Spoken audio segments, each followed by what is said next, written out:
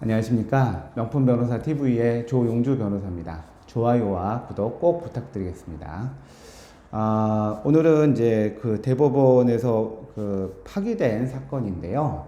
이전에도 성남시장 은수미 사건에서 대법원이 보인 판결과 일관된 태도인 것 같습니다.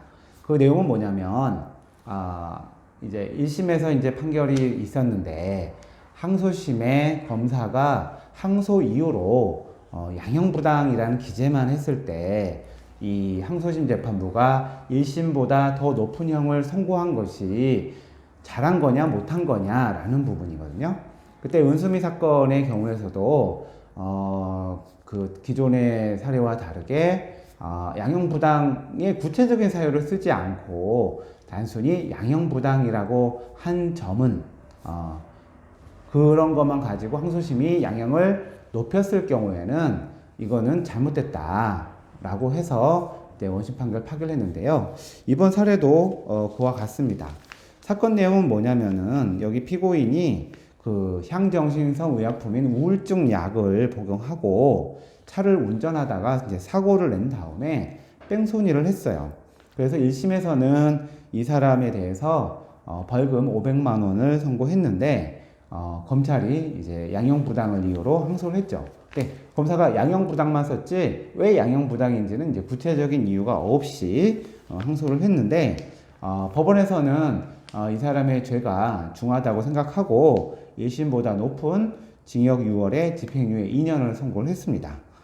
그래서 이거에 대해서 이제 이 피고인이 이제 상고를 했는데 대법원이 양형부당이라고만 써져 있지 왜 양형부당이라는 이유가 없는데 그것만 가지고 항소심이 이거를 양형을 높였다. 이거는 잘못된 것이다. 구체적인 기재가 없으면 형을 높일 수 없다라는 판단을 해서 파기를 했고요.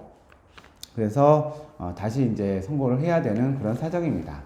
근데 이제 그때도 논의가 됐던 게 뭐냐면 피고인이 양형부당이라고 쓰기만 해도 그걸 양형부당에 대해서 법원이 직권으로 판단을 하는 거는 괜찮은데 검사가 양형부당이라고 쓴 것만 가지고서 그걸 높이는 거는 안 된다라고 하는 거는 어차피 이제 형사소송의 또 기본적인 구조가 당사자 대등이 원칙이기 때문에 피고인은 양형부당만 써도 되고 검사는 안 되고를 차별할 이유는 사실은 이제 없거든요. 없는데, 아무튼 이제 검사가 양형부당이라고만 쓴 거가 업무를 부실하게 한 것인지, 관행으로 한 것인지는 잘 모르겠지만, 아무튼 양형부당이라는 것 자체는 1심의 판결보다는, 1심의 판결이 이제 너무 낮다. 그러니까 높여달라라는 사실은 되게 요약된 표현이고, 그 다음에 왜 높여야 되는지에 대한 이유는 사실은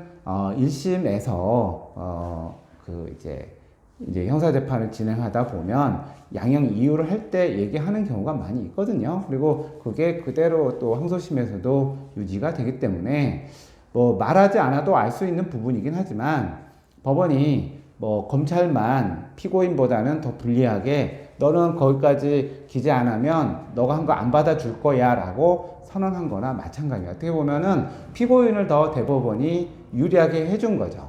그러니까 대법원은 피고인 편이다 라고 말할 수 있는 거죠. 이것만 봐서는.